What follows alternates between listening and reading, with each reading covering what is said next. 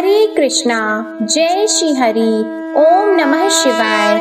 प्रिय भक्तजनों, आज बृहस्पतिवार के दिन आप बृहस्पति देव की बड़ी ही दुर्लभ कथा सुनेंगे। इस कथा को सुनने से भक्तों की सभी मनोकामनाएं भगवान बृहस्पति देव की कृपा से पूर्ण हो जाती हैं। तो आइए बड़ी ही श्रद्धा और प्रसन्न चित्त मन से इस कथा को सुनते हैं। भारतवर्ष में एक प्रतापी और दानी राजा राज्य करता था।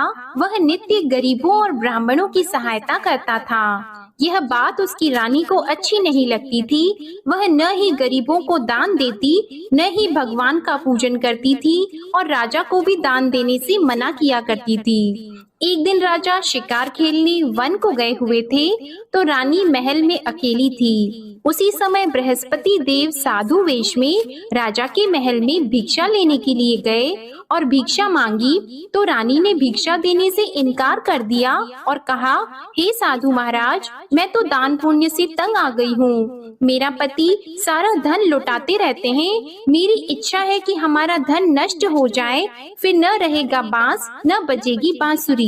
साधु ने कहा, देवी तुम तो बड़ी विचित्र हो। धन संतान तो सभी चाहते हैं, पुत्र और लक्ष्मी तो पापी के घर भी होने चाहिए। यदि तुम्हारे पास अधिक धन है तो भूखों को भोजन दो, प्यासों के लिए प्याऊ बनवाओ, मुसाफिरों के लिए धर्मशालाएं खुलवाओ।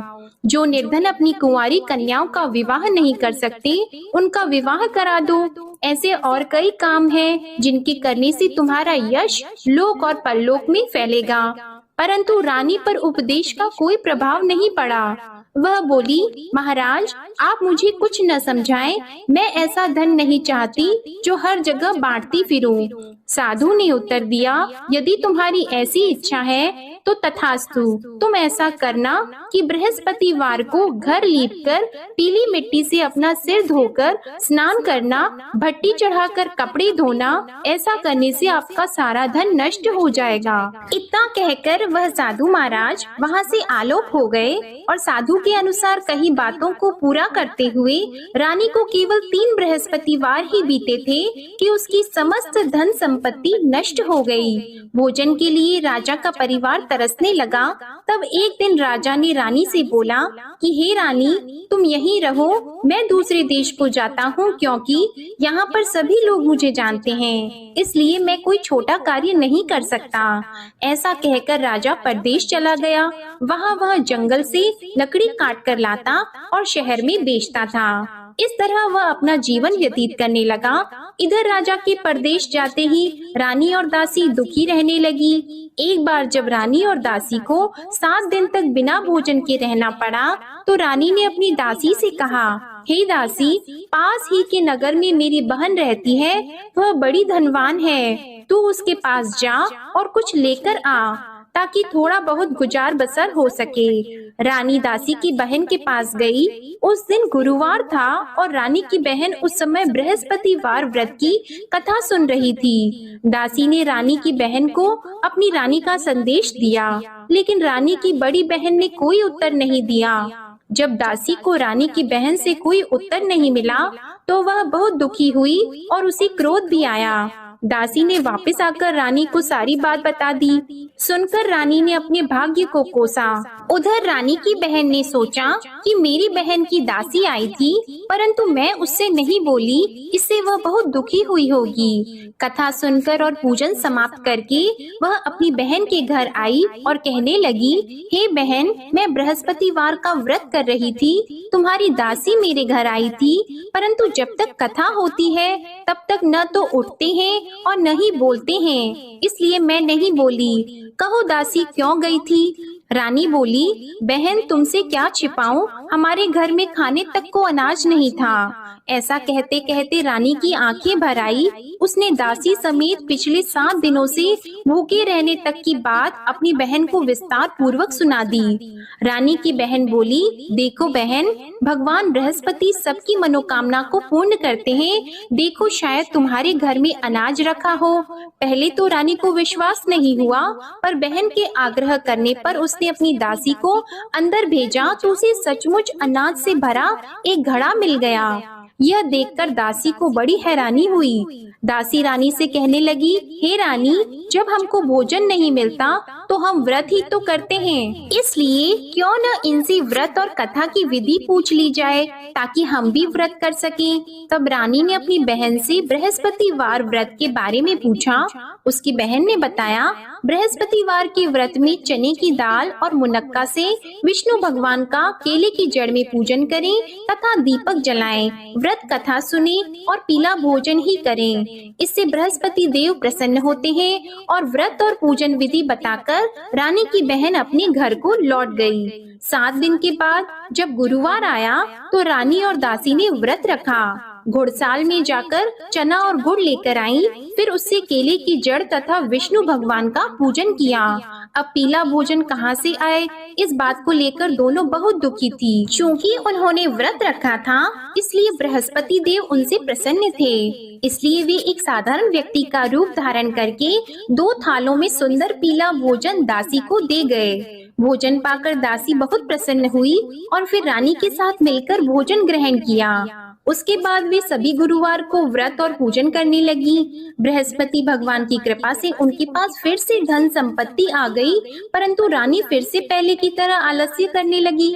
तब दासी बोली, देखो रानी, तुम पहले भी इस प्रकार आलस्य करती थी, तुम्हें धन रखने में कष्ट होता था, इस कारण सभी धन नष्ट हो गया, और अब जब भगवान बृहस्पति की कृपा से धन मिला है तो तुम्हें फिर से आलस्य होता है। रानी को समझाते हुए दासी कहती हैं कि बड़ी मुसीबतों के बाद हमने यह धन पाया है, इसलिए हमें दान पुण्य करना चाहिए, भूखे मनुष्यों को भोजन कराना चाहिए और धन को शुभ कार्यों में खर्च करना चाहिए, जिससे तुम्हारे कुल का यश बढ़ेगा, स्वर्ग की प्राप्ति होगी और पितृ प्रसन्न होंगे। दासी की बात मानकर रानी अपना धन शुभ कार्यों में खर्च करने लगी, जिससे पूरे नगर में उसका यश फैलने लगा। उधर एक दिन राजा दुखी होकर जंगल में एक पेड़ के नीचे आसन जमाकर बैठ गया। वह अपनी दशा को याद करके व्याकुल होने लगा। बृहस्पतिवार का दिन था। एकाएक उसने देखा कि निर्जन वन में एक साधु प्रकट हुए। वह साधु वेश में स्वयं बृहस्पति देवता थे। लकड़हारे के सामने आकर बोले, हे लकड़हारे, इस सुनसान जंगल में तू इतना चिंता मग्न क्यों बैठा है? लकड़हारे ने दोनों हाथ जोड़कर प्रणाम किया और उत्तर दिया, महात्मा जी, आप सब कुछ जानते हैं, मैं क्या कहूँ। यह कहकर रोने लगा और साधु को अपनी आत्म कथा सुनाई। महात्मा जी ने कहा, तुम्हारी स्त्री ने बृहस्पतिवार के दिन बृहस्पति भगवान का निरादर किया है, जिसके कारण रुष्ट होकर उन्होंने तुम्हारी यह दशा कर दी। अब तुम चिंता को दूर करके मेरे कहने पर चलो तो तुम्हारे सब कष्ट दूर हो जाएंगे और भगवान पहले से भी अधिक संपत्ति देंगे। तुम बृहस्पति के दिन कथा किया करो, 2 पैसे के चने मुनक्का लाकर उसका प्रसाद बनाओ और शुद्ध जल से लोटे में शक्कर मिलाकर अमृत तैयार करो। कथा के पश्चात अपने सारे परिवार और सुनने वाले प्रेमियों में अमृत व प्रसाद को बांटकर खुद भी ग्रहण करो। ऐसा करने से भगवान तुम्हारी सब मनोकामनाएं पूरी करेंगे। साधु के ऐसे वचन सुनकर लकड़हारा बोला, हे प्रभु, मुझे लकड़ी बेचकर इतना पैसा नहीं मिलता जिससे भोजन के उपरांत कुछ बचा सकूं। मैंने रात्रि में अपनी स्त्री को व्याकुल देखा है, मेरे पास कुछ भी नहीं जिससे मैं उसकी खबर मंगा सकूं। और फिर मैं बृहस्पति देव की क्या कहानी सुनूं? मुझको तो कुछ भी मालूम नहीं है। साधु ने कहा, हे लकड़हारी, तुम किसी बात की चिंता मत करो। बृहस्पतिवार के दिन तुम रोजाना की तरह लकड़ियां लेकर शहर को जाओ। तुमको रोज से दुगुना धन प्राप्त होगा, जिससे तुम भली भांति भोजन कर लोगे और बृहस्पति देव की पूजा का सामान भी आ जाएगा। बृहस्पति देव की कथा इस प्रकार है, सुनो। प्राचीन काल में एक ब्राह्मण रहता था। वह बहुत निर्धन था। उसकी कोई संतान नहीं थी। उसकी स्त्री बहुत मलिनता के साथ रहती थी। वह स्नान नहीं करती, किसी देवता का पूजन नहीं करती। इससे ब्राह्मण देवता बड़े दुखी थे। बेचारे बहुत कुछ कहते थे, किंतु उसका कुछ परिणाम नहीं निकला। भगवान की कृपा से ब्राह्मण की स्त्री के कन्या रूपी रत्न पैदा हुआ। कन्या बड़ी होने पर प्रातः स्नान करके विष्णु भगवान का जाप और बृहस्पतिवार का व्रत करने लगी। अपने पूजन पाठ को समाप्त करके विद्यालय जाती तो अपनी मुट्ठी में जौ भर के ले जाती और पाठशाला के मार्ग में डालती जाती। तब ये जौ स्वर्ण के हो जाते तो लौटते समय उनको बीन कर घर ले आती। एक दिन वह बालिका सूप में उस सोने के जौ को फटक कर साफ कर रही थी कि उसके पिता ने देख लिया और कहा, हे बेटी, सोने के जौ के लिए सोने का सूप होना चाहिए। दूसरे दिन बृहस्पतिवार था। इस कन्या ने व्रत रखा और बृहस्पति देव से प्रार्थना करके कहा, मैंने आपकी पूजा सच्चे मन से की है तो मेरे लिए सोने का सूप दे दो। बृहस्पति देव ने उसकी प्रार्थना स्वीकार कर ली। रोजाना की तरह वह कन्या जौ फैलाती हुई जाने लगी। जब लौटकर जौ बीन रही थी तो बृहस्पति देव की कृपा से सोने का सूप मिला। उसे वह घर ले आई और उसमें जौ साफ करने लगी, परंतु उसकी माँ का वही ढंग रहा। एक दिन की बात है कि वह कन्या सोने के सूप में जौ साफ कर रही थी। उस समय उस शहर का राजपुत्र वहां से होकर निकला। इस कन्या के रूप और कार्य को देखकर मोहित हो गया और अपने घर आकर भोजन और जल त्याग कर उदास होकर लेट गया। राजा को इस बात का पता लगा तो अपने प्रधानमंत्री के साथ उसके पास गए और बोले, हे बेटा, तुम्हें किस बात का कष्ट है? किसी ने तुम्हारा अपमान किया है अथवा और कोई कारण हो सो कहो, मैं वही कार्य करूँगा जिससे तुम्हें प्रसन्नता हो। अपने पिता की राजकुमार ने बातें सुनी तो वह बोला, मुझे आपकी कृपा से किसी बात का दुख नहीं है। किसी ने मेरा अपमान नहीं किया है, परंतु मैं उस लड़की से विवाह करना चाहता हूँ जो सोने के सूप में जौ साफ कर रही थी। यह सुनकर राजा आश्चर्य में पड़ गया और बोला, हे बेटा, इस तरह की कन्या का पता तुम ही लगाओ, मैं उसके साथ तेरा विवाह अवश्य ही करवा दूंगा। राजकुमार ने उस लड़की के घर का पता बताया। तब मंत्री उस लड़की के घर गए और ब्राह्मण देवता को सभी हाल बताया। ब्राह्मण देवता राजकुमार के साथ अपनी कन्या का विवाह करने के लिए तैयार हो गए तथा विधि विधान के अनुसार ब्राह्मण की कन्या का विवाह राजकुमार के साथ हो गया। कन्या के घर से जाते ही पहले की भांति उस ब्राह्मण देवता के घर में गरीबी का निवास हो गया। अब भोजन के लिए भी अन्न बड़ी मुश्किल से मिलता था। एक दिन दुखी होकर ब्राह्मण देवता अपनी पुत्री के पास गए। बेटी ने पिता की दुखी अवस्था को देखा और अपनी माँ का हाल पूछा। तब ब्राह्मण ने भी सभी हाल कहा। कन्या ने बहुत सा धन देकर अपने पिता को विदा कर दिया। इस तरह ब्राह्मण का कुछ समय सुख पूर्वक व्यतीत हुआ। कुछ दिन के बाद फिर वही हाल हो गया। ब्राह्मण फिर अपनी कन्या के यहाँ गया और सारा हाल कहा तो लड़की बोली, हे पिताजी, आप माताजी को यहाँ ले आओ, मैं उन्हें विधि बता दूंगी जिससे उनकी गरीबी दूर हो जाए। वह ब्राह्मण देवता अपनी स्त्री को साथ लेकर पहुँचे तो अपनी माँ को समझाने लगी कि हे माँ, तुम प्रातः काल प्रथम स्नान आदि करके विष्णु भगवान का पूजन करो तो सब दरिद्रता दूर हो जाएगी। परंतु उसकी माँ ने एक भी बात नहीं मानी और प्रातः काल उठकर अपनी पुत्री के बच्चों की जूठन को खा लिया। इससे उसकी पुत्री को भी बहुत गुस्सा आया। उसने एक रात को एक कोठरी से सारा सामान निकाल दिया और अपनी माँ को उसमें बंद कर दिया। प्रातः उसमें से उसे निकाला तो स्नान आदि करा के पूजा पाठ करवाया तो उसकी माँ की बुद्धि ठीक हो गई। इसके बाद वह नियम से पूजा पाठ करती और प्रत्येक बृहस्पतिवार को व्रत रखने लगी। इस व्रत के प्रभाव से उसकी माता और पिता बहुत ही धनवान और पुत्रवान हो गए और बृहस्पति देवता के प्रभाव से इस लोक के सुख को भोगकर अंत में स्वर्ग को प्राप्त हुए। इस तरह कहानी कहकर साधु देवता वहाँ से अंतर्ध्यान हो गए। धीरे धीरे समय व्यतीत होने पर फिर वही बृहस्पतिवार का दिन आया। लकड़हारा जंगल से लकड़ी काटकर किसी शहर में बेचने गया। उसे उस दिन और दिन से अधिक पैसा मिला। राजा ने चना गुड़ आदि लाकर गुरुवार का व्रत किया। उस दिन से उसके सभी क्लेश दूर हो गए। परंतु जब दोबारा गुरुवार का दिन आया तो बृहस्पतिवार का व्रत करना भूल गया। इस कारण बृहस्पति भगवान नाराज हो गए। उस दिन उस नगर के राजा ने विशाल यज्ञ का आयोजन किया था तथा शहर में ये घोषणा करा दी कि कोई भी मनुष्य अपने घर में भोजन न बनवाए, न आग जलाए। समस्त जनता मेरे यहाँ भोजन करने आए। इस आज्ञा को जो न मानेगा उसे फांसी की सजा दी जाएगी। इस तरह की घोषणा संपूर्ण नगर में करवा दी गई। राजा की आज्ञा के अनुसार शहर के सभी लोग भोजन करने गए, लेकिन लकड़हारा कुछ देर से पहुंचा, इसलिए राजा उसको अपने साथ घर लेके गए और ले जाकर भोजन करा रहे थे तो रानी की दृष्टि उस खूंटी पर पड़ी जिस पर उसका हार लटका हुआ था। वह वहाँ पर दिखाई नहीं दिया। रानी ने निश्चय किया कि मेरा हार इस मनुष्य ने चुरा लिया है। उसी समय सिपाहियों को बुलाकर उसको कारागार में डलवा दिया। जब लकड़हारा कारागार में पड़ गया और बहुत दुखी होकर विचार करने लगा कि न जाने कौन से पूर्व जन्म के कर्म से मुझे यह दुख प्राप्त हुआ है, और उसी साधु को याद करने लगा जो कि जंगल में मिला था। उसी समय तत्काल बृहस्पति देव साधु के रूप में प्रकट हुए और उसकी दशा को देखकर कहने लगे, अरे मूर्ख, तूने बृहस्पति देव की कथा नहीं करी, इस कारण तुझे दुख प्राप्त हुआ है। अब चिंता मत कर, बृहस्पतिवार के दिन कारागार के दरवाजे पर 4 पैसे पड़े मिलेंगे, उनसे तू बृहस्पति देव की पूजा करना, तेरे सभी कष्ट दूर हो जाएंगे।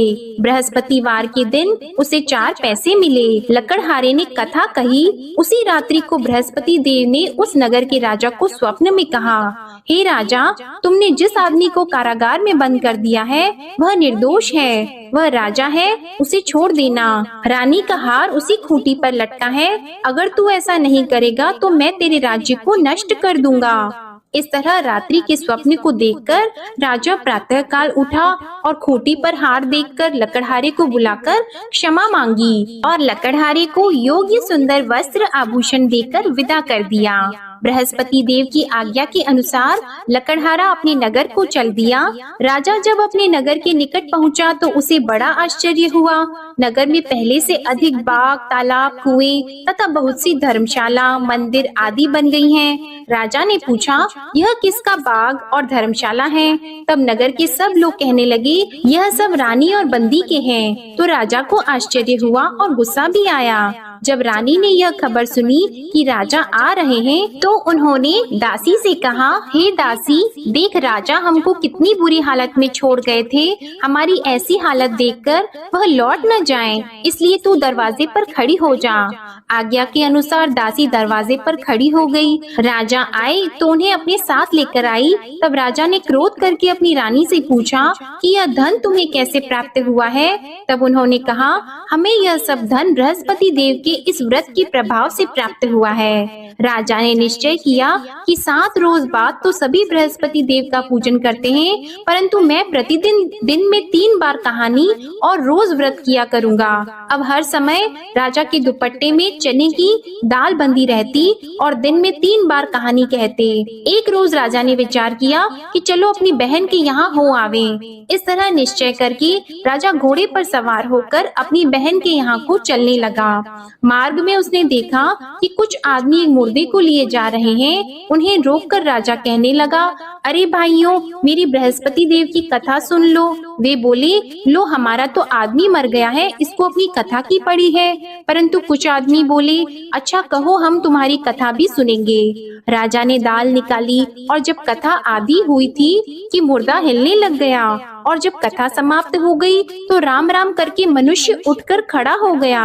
आगे मार्ग में उसे एक किसान खेत में हल चलाता मिला तो राजा ने उसे देखकर बोला, अरे भैया, तुम मेरी बृहस्पतिवार की कथा सुन लो। किसान बोला, जब तक मैं तेरी कथा सुनूंगा तब तक 4 हरैया जोत लूंगा, जा अपनी कथा किसी और को सुनाना। इस तरह राजा आगे चलने लगा। राजा के हटते ही बैल पछाड़ खाकर गिर गए और किसान के पेट में बड़ी जोर का दर्द होने लगा। उस समय उसकी माँ रोटी लेकर आई और उसने जब यह देखा तो अपने पुत्र से सब हाल पूछा और बेटे ने सभी हाल कह दिया। तो बुढ़िया दौड़ी दौड़ी उस घुड़सवार के पास गई और उससे बोली कि मैं तेरी कथा सुनूंगी, तू अपनी कथा मेरे खेत पर चलकर ही कहना। राजा ने बुढ़िया के खेत पर जाकर कथा कही, जिसके सुनते ही वह बैल उठकर खड़े हुए तथा किसान के पेट का दर्द भी बंद हो गया। राजा अपनी बहन के घर पहुंचा। बहन ने भाई की खूब मेहमानी की। दूसरे रोज प्रातः काल राजा जगा तो वह देखने लगा कि सब लोग भोजन कर रहे हैं। राजा ने अपनी बहन से कहा, ऐसा कोई मनुष्य है जिसने भोजन नहीं किया हो? मेरे बृहस्पतिवार की कथा सुन ले। बहन बोली, हे भैया, यह देश ऐसा है कि पहले यहाँ लोग भोजन करते हैं, बाद में अन्य काम करते हैं। अगर कोई पड़ोस में हो तो देख आऊं। वह ऐसा कहकर देखने चली गई, परंतु उसे कोई ऐसा व्यक्ति नहीं मिला जिसने भोजन न किया हो। अतः वह एक कुम्हार के घर गई जिसका लड़का बीमार था। उसे मालूम हुआ कि उनके यहाँ 3 रोज से किसी ने भोजन नहीं किया है। रानी ने अपने भाई की कथा सुनने के लिए कुम्हार से कहा। वह तैयार हो गया। राजा ने जाकर बृहस्पतिवार की कथा कही, जिसको सुनकर उसका लड़का ठीक हो गया। अब तो राजा की प्रशंसा होने लगी। एक रोज राजा ने अपनी बहन से कहा कि हे बहन, हम अपने घर को जाएंगे, तुम भी तैयार हो जाओ। राजा की बहन ने अपनी सास से कहा तो सास ने कहा, हाँ चली जा, परंतु अपने लड़कों को मत ले जाना, क्योंकि तेरे भाई की कोई औलाद नहीं है। बहन ने अपने भैया से कहा, हे भैया, मैं तो चलूंगी पर कोई बालक नहीं चलेगा। तो राजा बोला, जब कोई बालक नहीं चलेगा तब तुम ही क्या करोगी? बड़े दुखी मन से राजा अपने नगर को लौट आया। राजा ने अपनी रानी से कहा, हम निर्वंशी हैं, हमारा मुंह देखने का धर्म नहीं है और कुछ भोजन आदि नहीं किया है। रानी बोली, हे प्रभु, बृहस्पति देव ने हमें सब कुछ दिया है, वह हमें औलाद अवश्य देंगे। उसी रात को बृहस्पति देव ने राजा से स्वप्न में कहा, हे राजा उठो, सभी सोच त्याग दो, तेरी रानी गर्भ से है। राजा को यह बात सुनकर बड़ी खुशी हुई। 9वें महीने में उसके गर्भ से एक सुंदर पुत्र पैदा हुआ। तब राजा बोला, हे रानी, स्त्री बिना भोजन के रह सकती है, पर बिना कहे नहीं रह सकती। जब मेरी बहन आएगी तुम उससे कुछ मत कहना। रानी ने सुनकर हाँ कर दिया। जब राजा की बहन ने यह शुभ समाचार सुना तो वह बहुत खुश हुई और बधाई लेकर अपने भाई के यहाँ आई। तभी रानी ने कहा, घोड़ा चढ़कर तो नहीं आई है, गधा चढ़कर आई है। राजा की बहन बोली, भाभी, मैं इस प्रकार न कहती तो तुम्हें औलाद कैसे मिलती? बृहस्पति देव ऐसे ही हैं, जैसी जिसके मन में कामनाएं हैं सभी को पूर्ण करते हैं। जो सद्भावना पूर्वक बृहस्पतिवार का व्रत करता है एवं कथा पढ़ता है अथवा सुनता है, दूसरों को सुनाता है, बृहस्पति देव उनकी सभी मनोकामनाएं पूर्ण करते हैं। बृहस्पति देव उनकी सदैव रक्षा करते हैं। जो संसार में सद्भावना और सच्चे हृदय से बृहस्पति देव का पूजन करते हैं, उनकी सभी मनोकामनाएं उसी प्रकार पूर्ण होती हैं, जैसे राजा और रानी ने बृहस्पति देव की कथा का गुणगान किया। उनकी सभी इच्छाएं बृहस्पति देव ने पूर्ण की। मनुष्य को हृदय से उनका मनन करते हुए जयकारा करना चाहिए। तो प्रेम से बोलिए, बृहस्पति देव की जय, विष्णु भगवान की जय, समस्त देवी देवताओं की जय। अब आप भगवान बृहस्पति देव की आरती श्रवण कीजिए। ओम जय बृहस्पति देवा, ओम जय बृहस्पति देवा, छिन्न छिन्न भोग लगाओ, कदली फल मेवा।